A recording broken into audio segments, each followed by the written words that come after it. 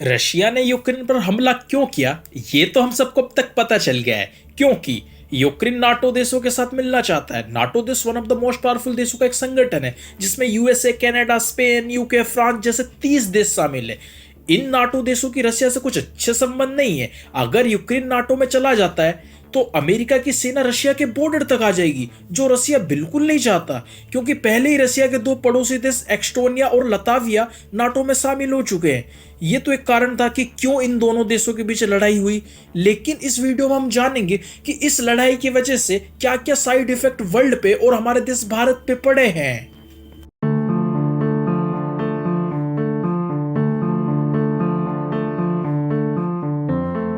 Side effect number 1, इन दोनों देशों के लड़ाई के चलते अंतर्राष्ट्रीय बाजार में कच्चे तेल के दाम लगातार बढ़ रहा है। हालांकि भारत में तेल के दाम नहीं बढ़े। पता है ना क्यों? क्योंकि चुनाव चल रहे हैं। लेकिन चुनाव खत्म होते ही दाम बढ़ना तय माना जा रहा है। साइड इफेक्ट नंबर 2, कच्चे तेल के दाम बढ़ने पर भारत पर होने वाले असर को जरा समझते हैं। अगर कच्चे तेल के दामों में 10% बढ़ोतरी होती है तो होलसेल मार्केट में 0.9% की बढ़ोतरी होगी।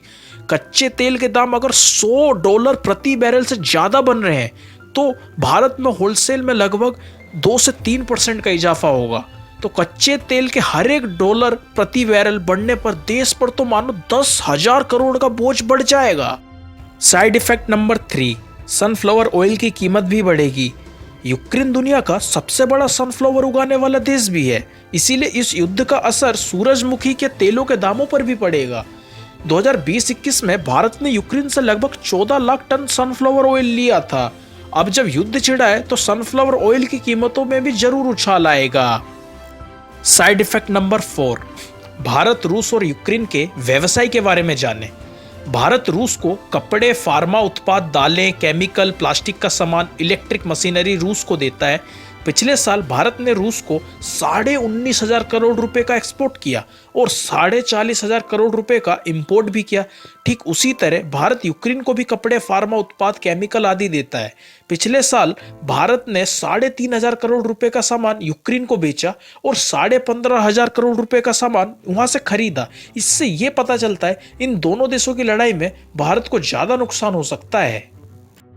साइड इफेक्ट नंबर 5, रूस दुनिया में कच्चे तेल और गैस का प्रमुख देश में से एक है।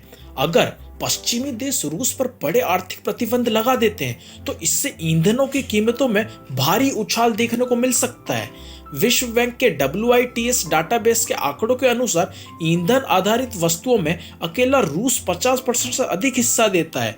24 फरवरी 2014 के बाद पहली बार कच्चे तेल की कीमतों ने $100 प्रति बैरल की सीमा को पार किया है, जो रूसी कार्रवाई का सीधा नतीजा था।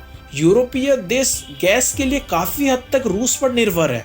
ऐसी आशंकाएं हैं कि इसके नतीजे लंबे समय तक दिख सकते हैं। जर्मनी ने रूस के नॉर्ड स्ट्रीम 2 गैस पाइपलाइन की मंजूरी पर रोक लगा दी है। अब रूस यूक्रेन संकट के कारण न केवल ईंधनों की कीमतें बढ़ेंगी बल्कि इसका असर दूसरी कई चीजों पर भी पड़ेगा। रूस दुनिया का सबसे महत्वपूर्ण गेहूं उत्पादकों देश में से भी है, जिससे खाने की चीजें भी महंगी हो जाएगी।